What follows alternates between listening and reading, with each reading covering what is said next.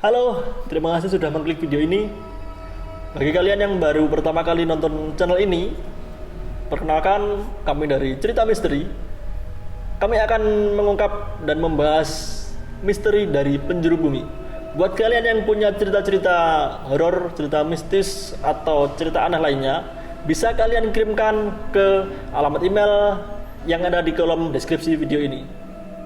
Dan pada video kali ini, saya akan membahas cerita yang cukup aneh, di mana teman cerita misteri ini menguapkan bahwa ia dikejar-kejar bayangan anjing.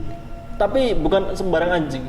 Setelah ditelisik, anjing tersebut justru berubah menjadi sosok yang cukup menakutkan. Bagaimana kisah lengkapnya? Mari simak cerita misteri selengkapnya.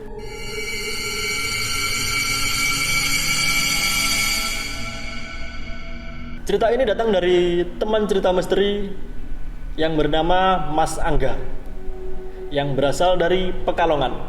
Dia menceritakan momen horornya saat ia mudik ke kampung halaman neneknya.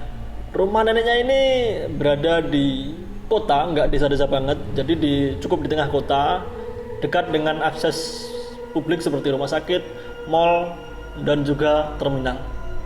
Di rumah neneknya ini dia sering menghabiskan waktu bersama sepupunya, yakni Rama dan juga Vivi, ditambah dengan anak asli kampung situ, yakni bernama Dimas. Kejadian ini bermula ketika Angga duduk di kelas 3 SMP. Seperti halnya anak lainnya, Angga menghabiskan waktu liburan dengan bermain-main bersama Rama, Vivi, dan juga Dimas. Mulai dari pagi, sore, bahkan hingga malam hari.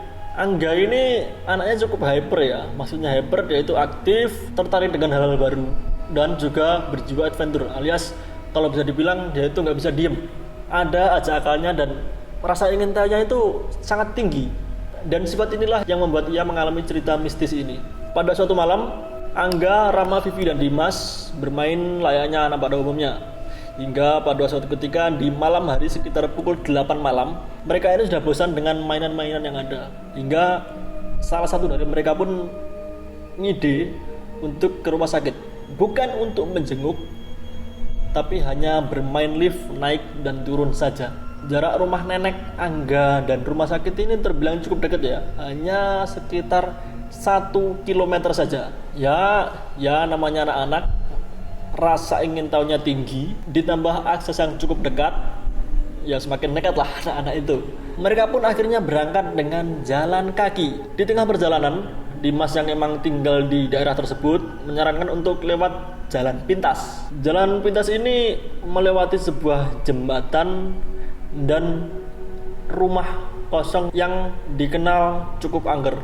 Bahkan mereka warga situ mempercayai bahwa jembatan ini butuh tumbal.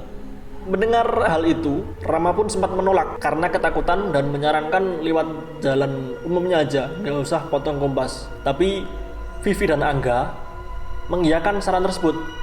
Rama pun terpaksa mengikuti keinginan teman-temannya. Akhirnya mereka berempat lewat jalan pintas dan melewati jembatan serta rumah angker tersebut. Dan disinilah cerita akan dimulai. Setelah jalan beberapa menit, akhirnya mereka sampai di lokasi yang Rama takuti, yakni jembatan. Sebelum jembatan, dia itu lewat suatu rumah tadi, rumah angker tadi. Maju dikit, ada jembatan yang sangat gelap.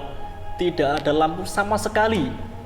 Yang ada itu cuma rumah tadi, rumah angker tadi, itu depannya ada lampu, lalu jembatan gelap, lalu jarak 100 meter lagi ada perumahan warga. Di situ baru ada lampu. Jadi bisa kalian bayangkan betapa gelapnya jembatan angker ini. Dengan penuh ketakutan, mereka berempat memaksakan diri untuk melewati jembatan tersebut. Di tengah-tengah jembatan, momen tak terduga terjadi, di mana saat itu Angga yang berada paling depan.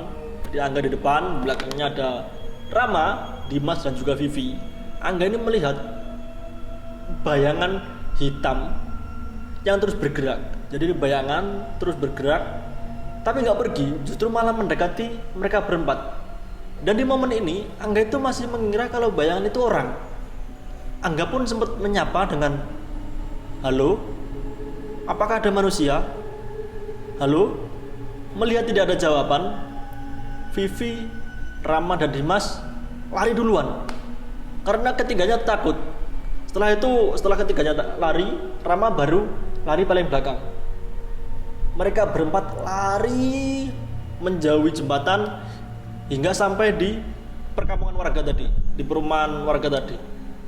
Di kondisi yang sudah cukup terang, mereka sudah merasa aman. Akhirnya mereka berhenti. Sambil nafas yang tersengal-sengal, mereka kembali melihat ke arah jembatan tersebut untuk memastikan apakah itu manusia atau bukan. Dari jauh dia lihat bayangan itu menjauh dari jembatan, semakin jauh, semakin jauh, semakin jauh, dan mendekati rumah angker tadi. Tapi di sini Angga itu melihat kalau bayangan itu seperti gerombolan anjing yang bertumpuk-tumpuk. Jadi anjing bertumpuk-tumpuk ini jalan, tumpuk 3-4 ekor ini jalan bergerak-gerak. Terus sampai pada lampu depan rumah angker tadi, ini di rumah di depannya ada lampu, bayangan itu sampai di bawah sinaran lampu itu anjingnya langsung berubah menjadi sosok pria, badannya tinggi besar dan berjubah hitam. Sorry saya merinding. Lanjut, setelah melihat sosok tadi berubah menjadi seorang pria tadi, keempatnya ini langsung lari ke berit-berit. Mereka lari ke arah jalan raya hingga di suatu tempat yang sudah cukup terang di pinggir jalan raya. Mereka keempatnya kembali berhenti. Sembari mengatur nafas yang tersengal-sengal, mereka kembali membicarakan kejadian horor yang baru saja mereka alami. Namun mereka ini nggak berani menceritakan cerita ini kepada siapapun, kepada teman atau bahkan kepada keluarganya. Jadi 4 orang ini merahasiakan kejadian horor ini. Entah apapun alasannya, tapi mereka nggak mau bercerita. Hanya 4 anak ini, hanya 4 orang ini yang tahu. Ya mungkin kalau mereka cerita kepada orang tuanya bukan mendapatkan empati, justru malah dimarahi mungkin. Kamu ini malam main kesana kemari, mungkin gitu ya. Saya juga nggak tahu. Mungkin kalau anak saya yang berada di posisi itu, saya akan perlakukan seperti itu. Menurut kalian siapa sih sosok yang berubah wujud dari anjing yang bertumpuk-tumpuk tadi hingga menjadi seorang pria berjubah hitam tadi? Kalau menurut saya pribadi sih, ini asumsi saya pribadi, mungkin itu sosok yang menjadi penunggu jembatan atau yang menunggu rumah tersebut. Kan rumahnya tadi rumah kosong yang udah lama nggak dihuni, kondisinya pun cukup memprihatinkan. Hanya ada satu penerangan di depan rumah, selain itu udah gelap gulita. Kalau menurut saya sih itu sosok tersebut yang menampakkan diri. Kalau menurut kalian gimana? Tulis pendapat kalian di kolom komentar ya.